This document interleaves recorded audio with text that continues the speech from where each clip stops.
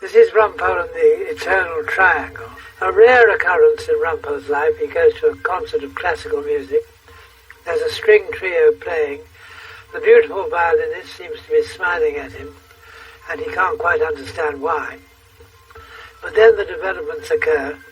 One of the trio, possibly her lover, is found murdered, and her husband, the other member of the trio, is put on trial for murder. The beautiful violinist now proceeds to court Rumpole, and he is incredibly flattered by her attentions. And why is she being so kind and flattering and encouraging to the man who is defending her husband for murder? That's what you'll find out happens in the Eternal Triangle, and I hope you enjoy it.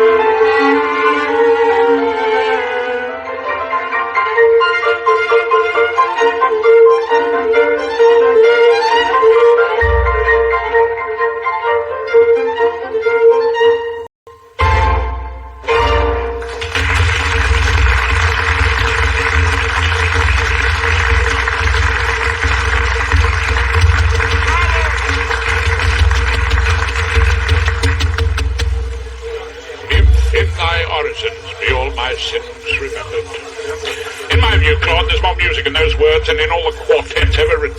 Was actually a trio. I noticed. Civilizing Claude. It was a wonderful experience. It quite took me out of myself.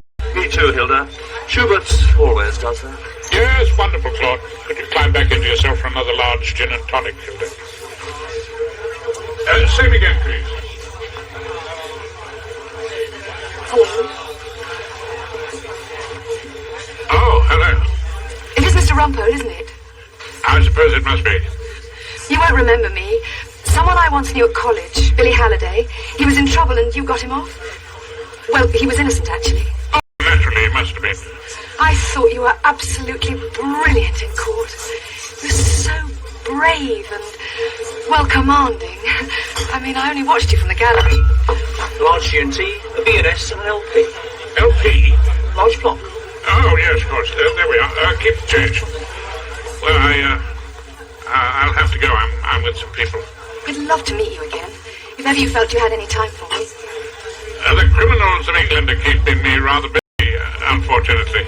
You must stop for lunch sometimes. I'd love to talk to you again, hear what you felt about the concert and other things, perhaps. 9362709. We're there most mornings. Elizabeth! You coming, Elizabeth?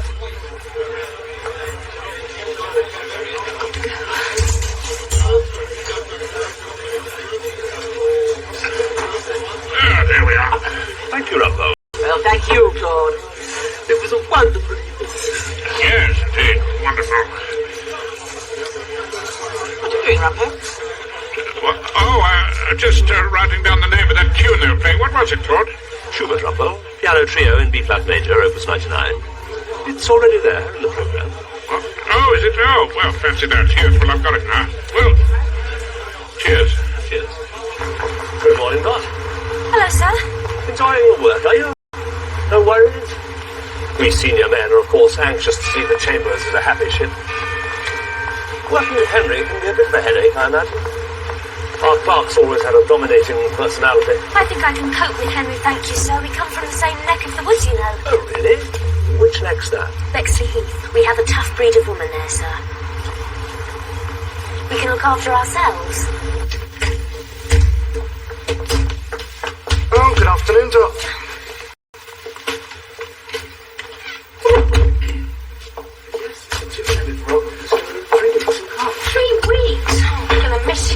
Morning, Liz. Morning, Inchcape. There, Rumpole?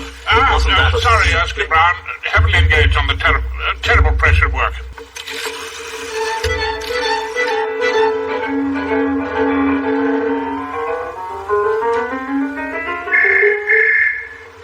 Quality of romance, that's the gift sugar pills. For God's sake, Tom, where's your soul? You can't play the notes as though they were a railway timetable.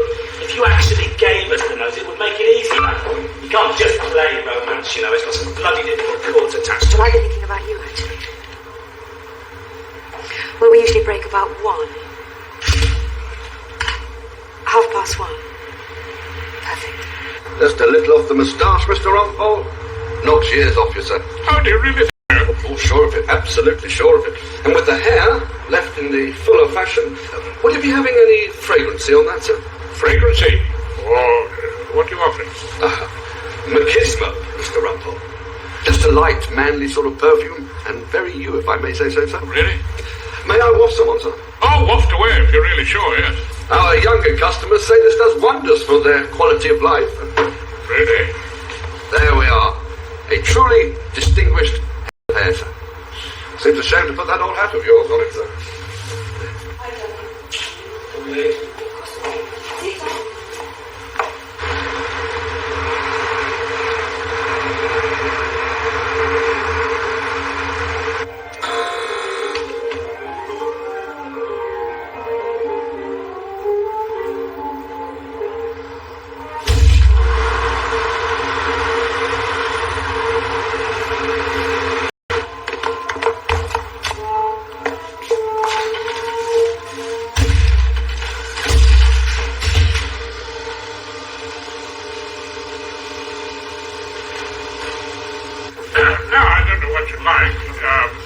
Steak and kidney, rare beef, rice. You don't eat meat, do you? Oh, it has been known. Oh, how long has this been going on? Oh, I suppose I must have gone through a couple of herds of cows over the years, flock or two of sheep. Mr. Rumpole. Horace, please. Horace? Yes, I'm afraid so. You don't believe in killing animals, do you? Well, don't they spend quite a bit of their time killing each other? Or perhaps you should have more respect for them than they do for themselves. Oh, yes, of course, naturally, yes. Every time I pass a sheep, I take my hat off. Oh, you're making a joke. Bad habit I've got into. Look at all these meat eaters around us.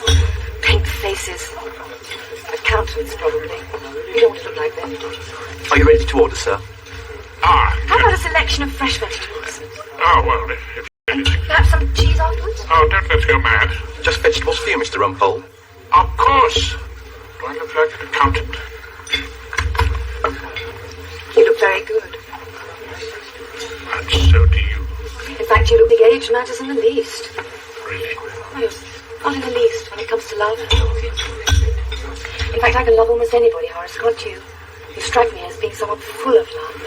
Oh, well, yes, I suppose I can love people. Yes, well, with a few exceptions. Of course, Mr. Justice Oliphant, for example, and Sam Ballard, our head of chambers. What's the matter with him, Horace? Isn't he lovable? Oh, I wouldn't say that being lovable is one of Sophie Sam's obvious qualities, no. Love him. Why did you want to have lunch with me? Does there have to be a reason? There usually is. You say that because you're a lawyer. I just admired you so much when you were doing Billy's case. And then, when I saw you looking at me during the Schubert, I thought I'd like to get to know you better. Would you care to order your wine, sir? Wine? Oh, I don't think we need any artificial stimulation, do we? Oh, well, perhaps just a small glass of... That meeting you's enough to intoxicate me. Isn't it the same for you? Yes, of course. More than enough, yes. What's the water like here? Quite honestly, I've never tried it. Seems to me there's a lot of things you haven't tried. I suppose I wanted to get to know you better because I need someone to talk to. someone wise. Would you care to taste your water, Mr. Rumpole?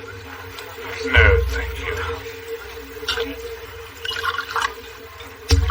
I've been so lonely lately. Oh, I can't believe that. You're part of the trio.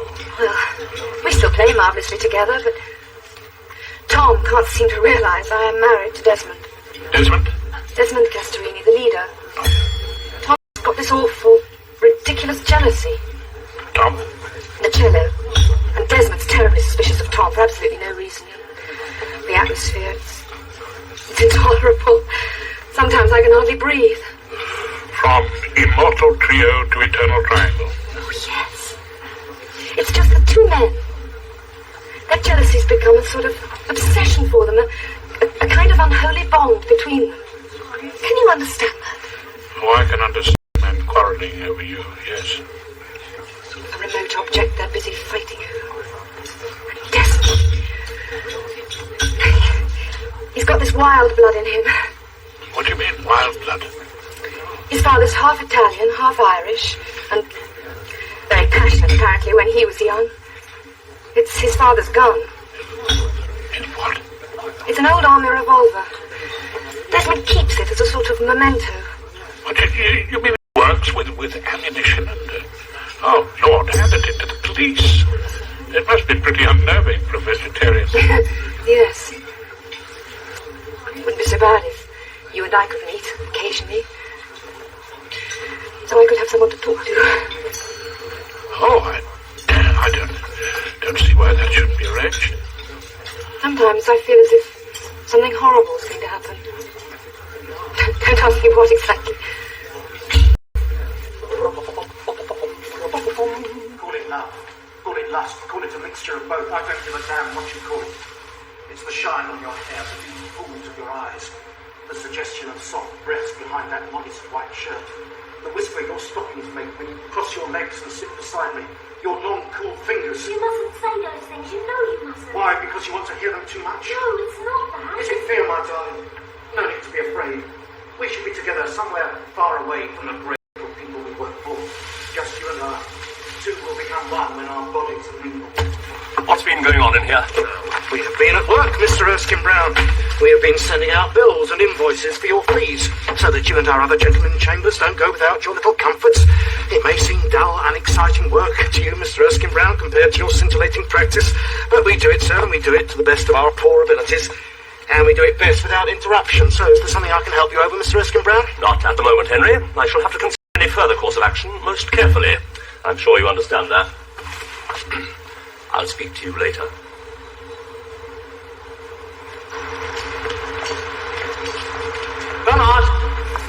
Ballard! Yes, Erskine Brown, what is it? I am on my way into church for my quiet moment. Yes, well, you'd better say a prayer for Chambers. We're in deep trouble, Ballard. I have every reason to suspect that we have a serious case of harassing in our midst. What on earth is harassing? Well, harassing them. But people call it harassing nowadays because Americans do. I don't understand that, Erskine Brown. You're not American. Anyway, I'm always being harassed. My solicitors want their papers the day before yesterday, and by Henry, who wants me in two places at once. And even by Marguerite, God bless her, who wants me to do a sort of do-it-yourself. Yes, but this is sexual harassing, Ballard. Someone trying to force their amorous advances on a defenseless and innocent young woman. Did you say sexual? I'm afraid so. That, of course, makes a difference. Indeed it does. Who is the guilty party? Someone of importance to us all. Someone we've known for a long time. Can't possibly be Rumpole. No, of course it can't. Look, I just thought I'd warn you what's in the wind. I'll report further when I've got a full statement from the complainant. Who? The girl in question. In my view, we must get her cooperation before we can move an inch further. It's a most delicate situation. Oh, yes. Yes, of course. Certainly. Harassment, indeed. We can't possibly have that at 3 Equity Court. I think it's about time I told him. Why? Before everyone else knows.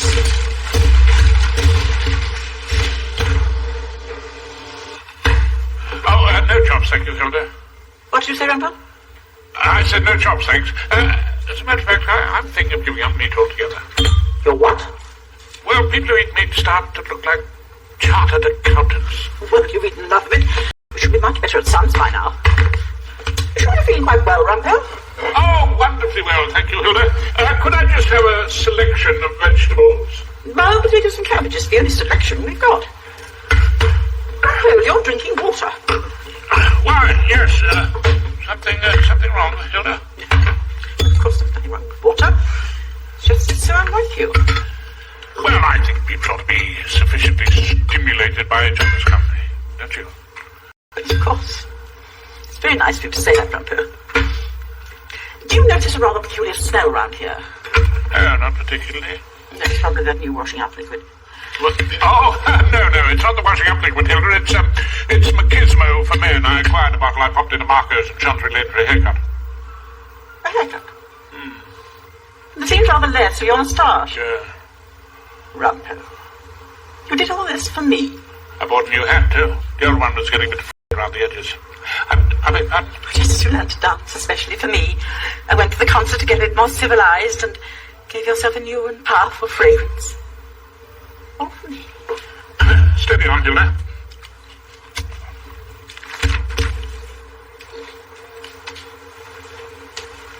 Dot, is there anything you'd like to tell me? What would you like to know? I could tell you the time. It's 1:25 precisely. You're young, Dot, and I'm sure this must be very embarrassing for you. But nowadays,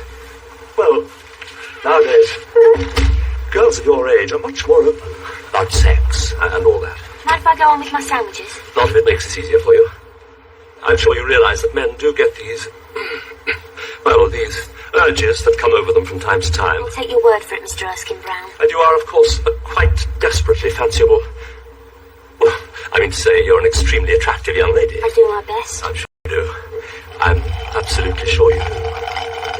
However, the thing is that no man is entitled to show his feelings in the workplace. I agree with that, quite honestly. We get a short enough lunch hour anyway. Dot, I'd like you to feel that we don't have any secrets between us. You can trust me. And I want you to succeed in Equity Court, perhaps rising from typist to junior clerk. And then, who knows? But for your own sake, tell me what you're really feeling.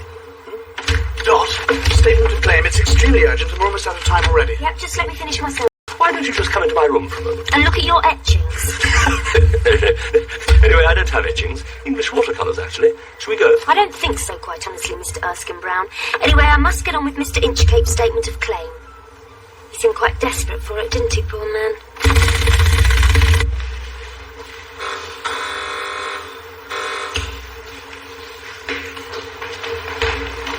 It's Tom Randall. Upstairs. Something's happened.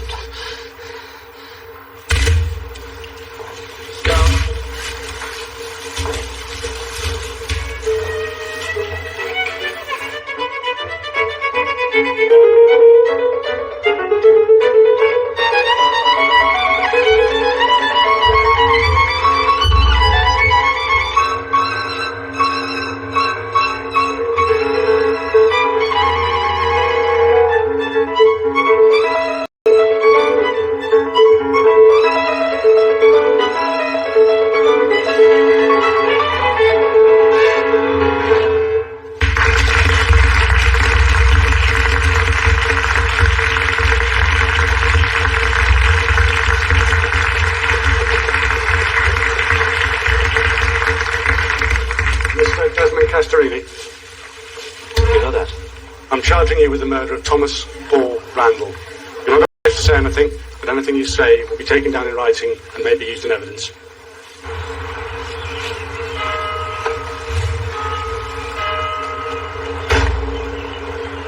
Have you been waiting? Oh, hardly at all. But I'm in court this morning. I know. I've got to work too. I just wanted to see you. It's been such a nightmare. It's all absolute nonsense, of course. Whatever they're suggesting, you will help Desmond, won't you? I've told him all about you. All about me? I've told him how well you did with his case. Oh, that's all organised. Bernard's been to interview him. Oh, I'm glad. I wanted to see you anyway. I felt so alone. I'm sure. So wonderful to know you're there, with us. Oh, where are you off to now? A recession. Throbbing violins to go with a deodorant commercial. Under your arms, it's always springtime, some rubbish like that. Not Schubert. Oh, Mendelssohn. Thank God they haven't ruined Schubert for me. The police keep asking me for statements. You haven't given them any? No, not yet, don't worry. I won't say anything that won't help Desmond. And you, of course. Henry, need to speak to Dave about Singleton v. Singleton. If you could get me the roving room at Hull Crown Court. Should be there about now. I'll be in Mr. Rumpole's room. Now she's into paying divorces. She's too high and mighty to put her own finger to a telephone. Shall I see you soon?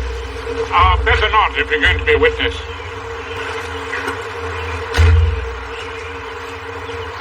But when it's over, we have lunch again.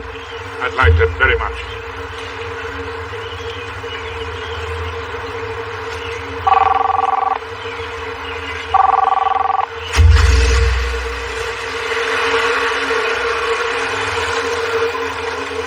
Singleton v. Singleton, Dave. You know, our divorce case. Look, we're an ex-Miss Broadstairs, and you're a filthy rich garage proprietor with a Volvo concession. Well, 20,000's absolutely useless to us, Dave. You've got to do better than that. Rumpole's had my Archibald. Well, you know perfectly well we're having a baby, Dave. Well, of course it's yours. There's not a scrap of evidence to prove it's not yours. Well, of course you can afford it. Yeah, I know you've got to go, Dave, but think about it, okay? We've got to get this settled once and for all. Of course I miss you. Bye. Men. Totally irresponsible. See you, Ballard. See you, Probert. Mr. Castorini, you received a message on your answering machine from Tom Randall asking for a meeting for a talk. It was the last time I heard his voice.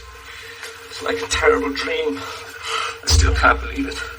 You made a note on the message pad beside your machine that Tom had rehearsal room 6 o'clock. Did you think that he was going to tell you that he and your wife were lovers? Apparently he had no suspicion. Oh? Dear God, Mr. Rumpole, it never crossed my mind. I've never had a single moment of doubt about Elizabeth, not a shadow, believe me. Yes, well, it's the jury that's going to have to believe you, and they may take quite a bit of convincing. And the obvious explanation is that you shot Tom Randall in a fit of jealous rage. Upon my oath, Mr. Rumpole, by the great musicians I hold most dear, Mozart, Haydn, Schubert... Yet a simple no will do. We might hit a judge that thinks those chaps are runners in the 3:30 at Kempton Park. Now, this room, did you rent it permanently? The trio liked to use it whenever they pleased. Well, that must have been rather expensive. It seems Mrs. Castorini has money. She started to make it when she was at college. That's what the client told me. My Elizabeth sold wonderful, magical clothes. Second-hand model dresses. We were born under a lucky star, Mr. Rumpole. Oh, really? You surprised me. Now, when she was at college, there was a trial. I defended someone she knew. Oh, yes, she told me about that. They got to know a dubious character called Hoffman.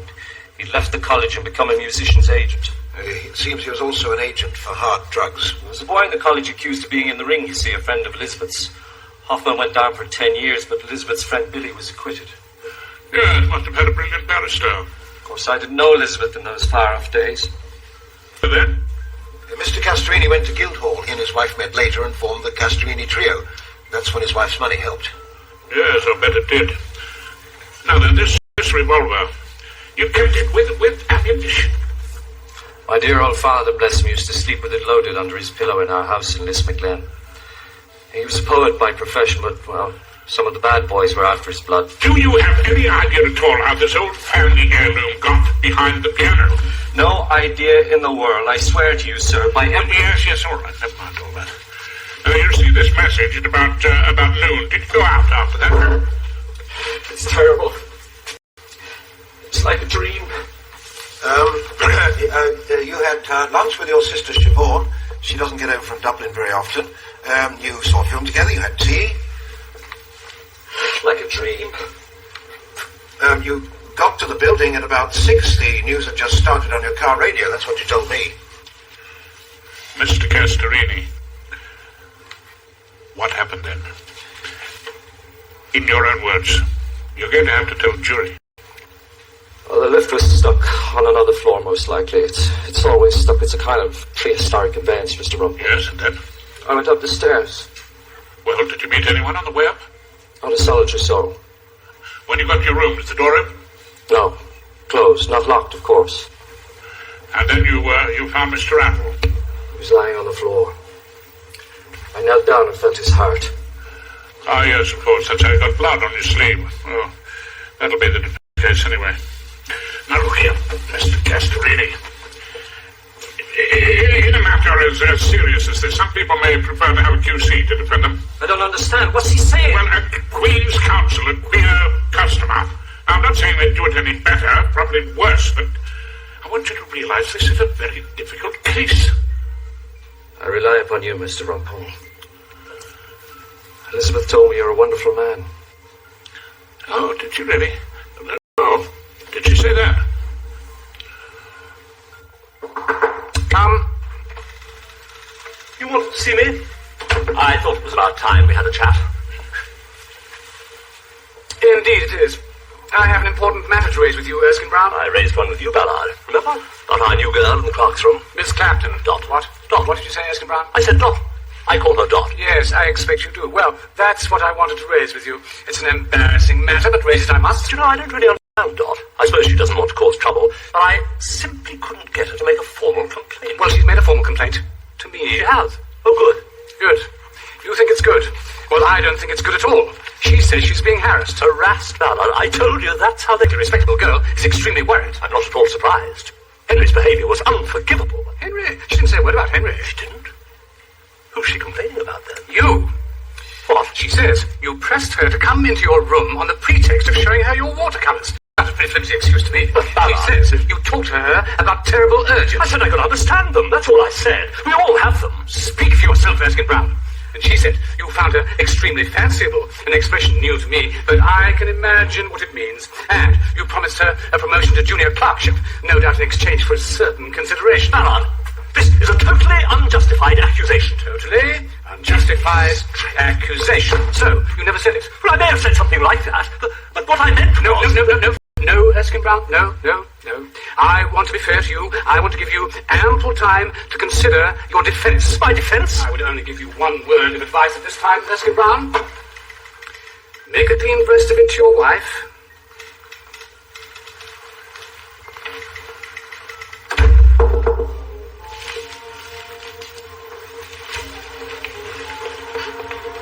I telephoned. It's Bernard Humphreys. This is Mr. Rumpole, our learned counsel.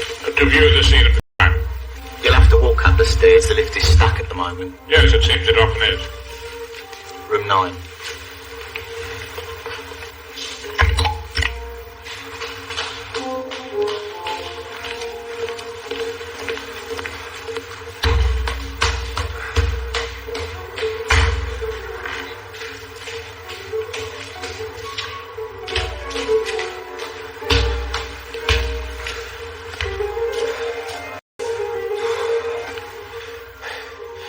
Here for hours on end, practicing, the client told me. Just the three of them. The internal triangle, Mr. Rumpole. You can see how it happened. Can you? Yes, I suppose you can. Let's just run up to the top floor.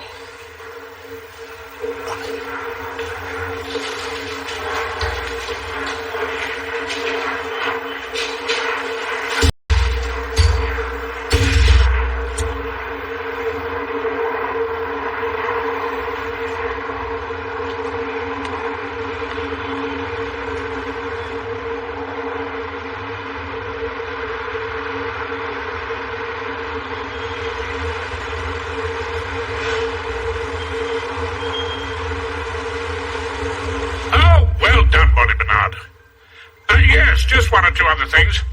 Would you ask your friends in the Crown Prosecution Service to let you have a copy of the dead man's bank statements? And I'd like a copy of his birth certificate.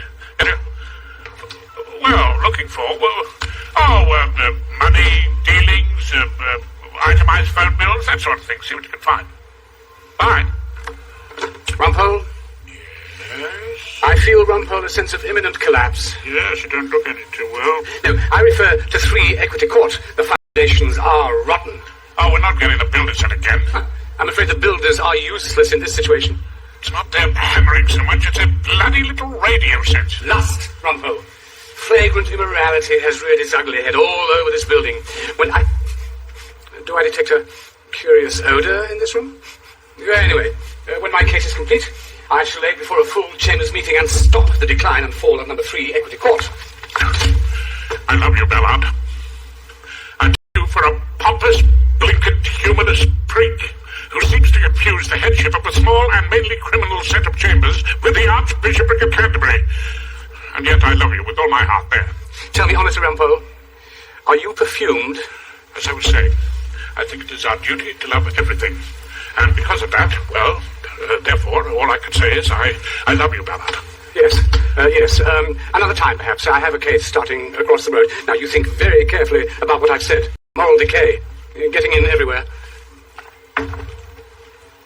Is that the revolver which you found behind the piano in the room where the murder was committed? That's right, Mr. Rumpole. Not very well concealed. Not particularly. And no fingerprints on the weapon. That's right. Did that surprise you?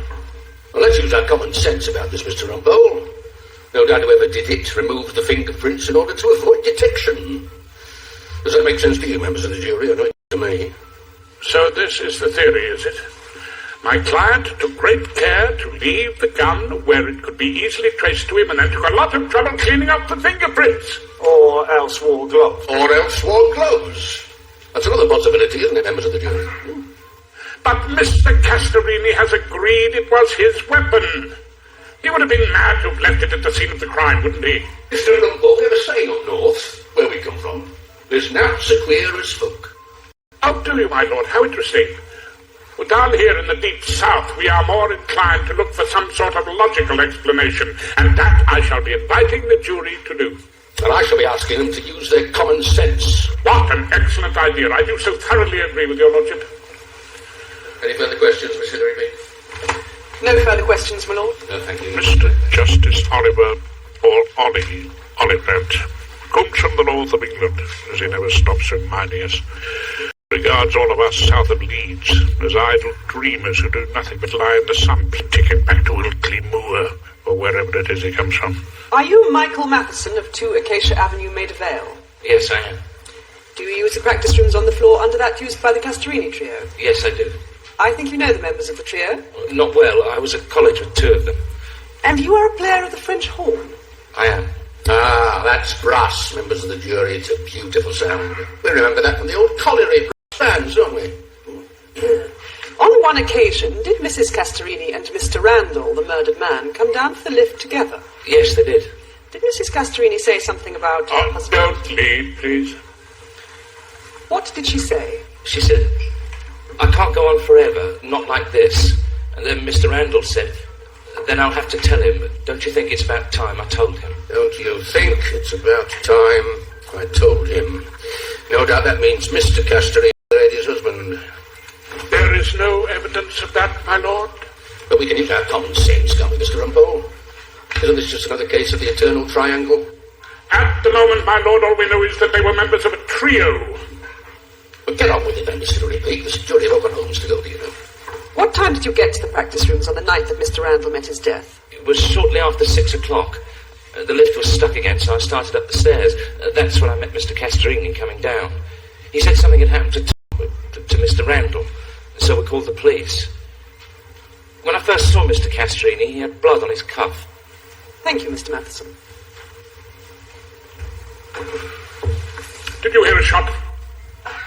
No, I didn't. No. And did Mr. Castorini tell you straight away that he had found Mr. Randall dead and he had no idea who'd done it? He told me that, yes. Now then, Mr. Matheson, you said that you were at college with members of the trio. Just Tom and Elizabeth. Desmond Castorini met them later. Well, you said you knew Elizabeth Castorini well. Well, I suppose I was a bit in love with her. Most men were. You can understand that, can't you? You mustn't ask me questions. But I didn't get to know her well, no. Well, just help us with one thing, will you? Did Mrs. Castorini own a shop, a boutique, I suppose you would call it, for selling model dresses? Yes, she did. I think he did rather well. Yes. Do you remember what it was called? It was Dreams of Youth, as far as I can remember. Dreams of Youth. Mr. Rumpole, what on earth have Dreams of Youth got to do with this case? I'm not quite sure, my lord. Perhaps they're just things that some of us like to have sometimes. Members of the jury, if we all want a good laugh, we can tune into the television set tonight. I believe they're giving us Coronation Street. And we all thoroughly enjoy that, don't we? I'm looking at the clock. Back at 10:30 tomorrow morning, obviously. In spite of Mr. Rumpole's performance. All yours, my lord.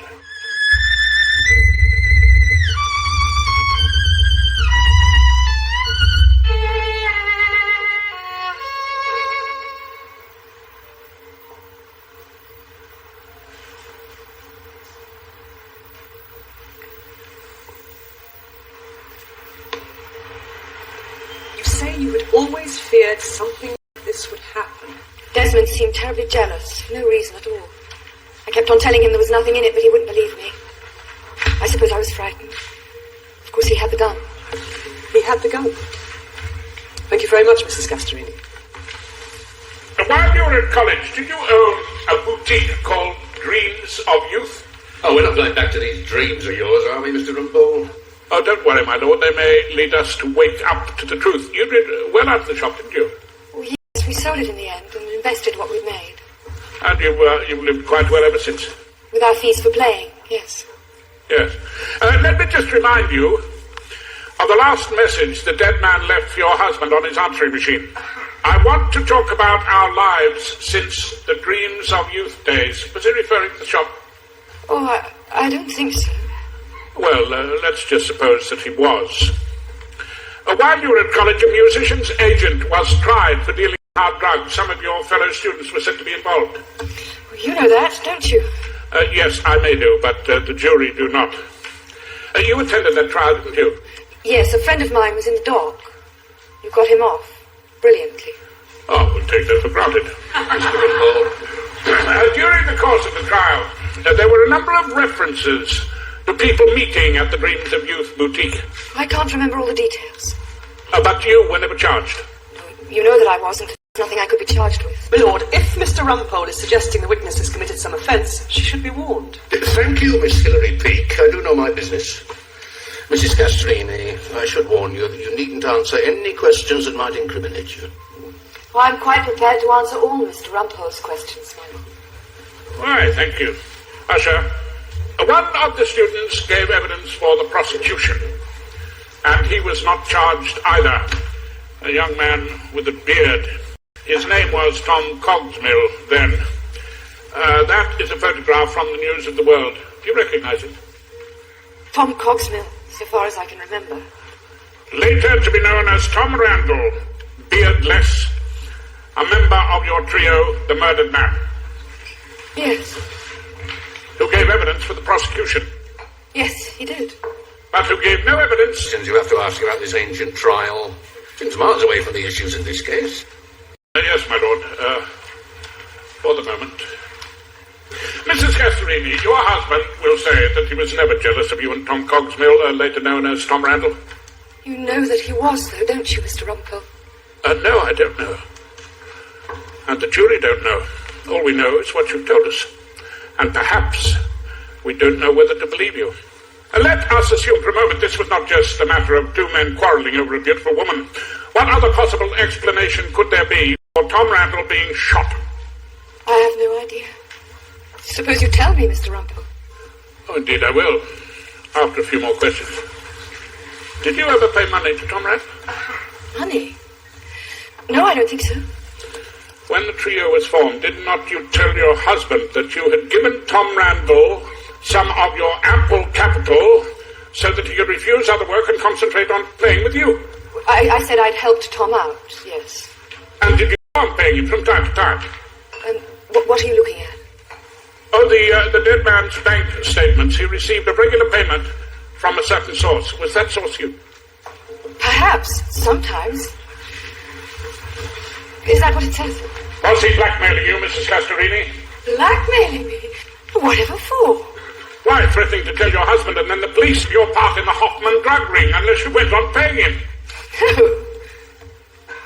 Do you remember what Mr. Matheson heard Tom Randall say to you one day by the lift? I will have to tell him before anyone else knows. Did he mean that he had to tell your husband that your nice lump of capital came from hard drugs? No. Well, what did he mean then? Perhaps that he loved me. I really don't know.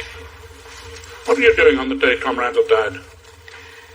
I went out in the morning. I had a doctor's appointment. Then I went to a lunchtime concert in Portland Place. Oh, and I bought a dress. I had to have a drink with our agent at 6. And before that, you bobbed back home.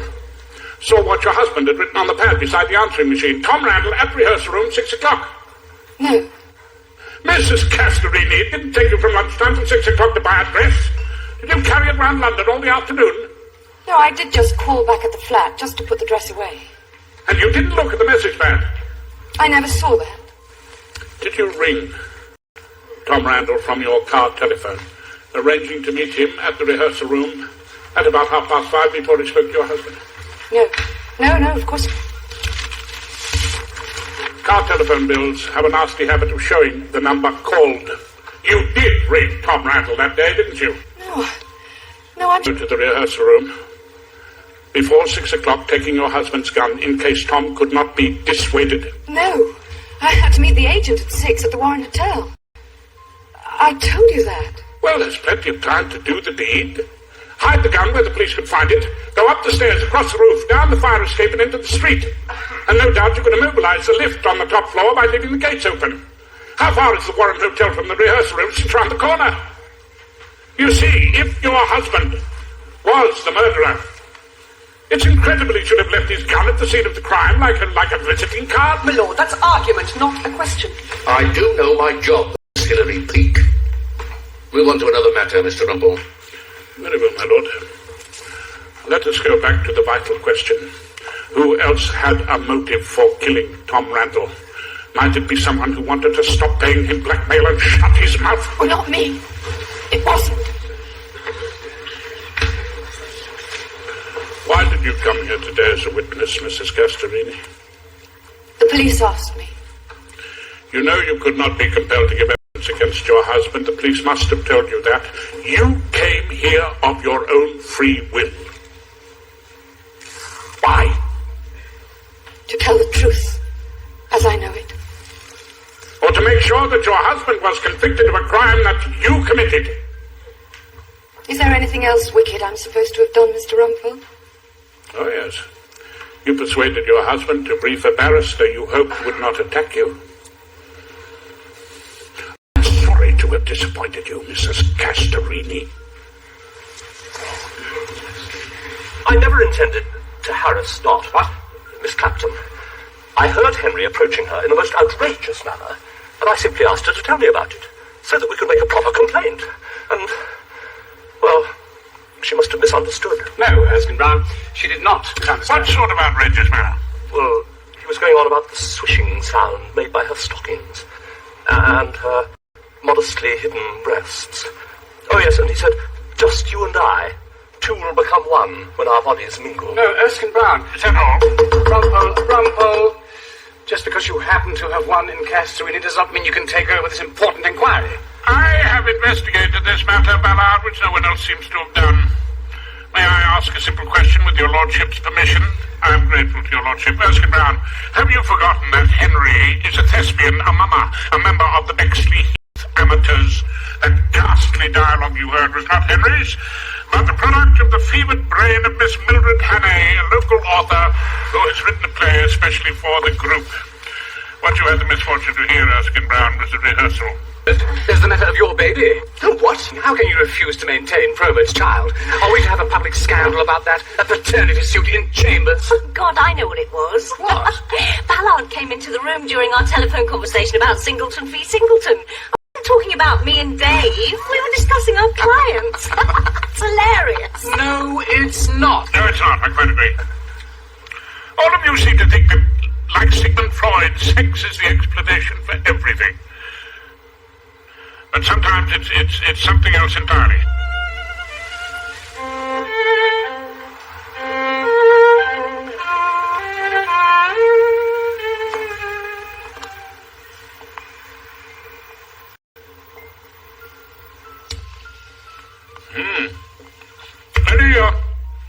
Any chance of another chop going for that?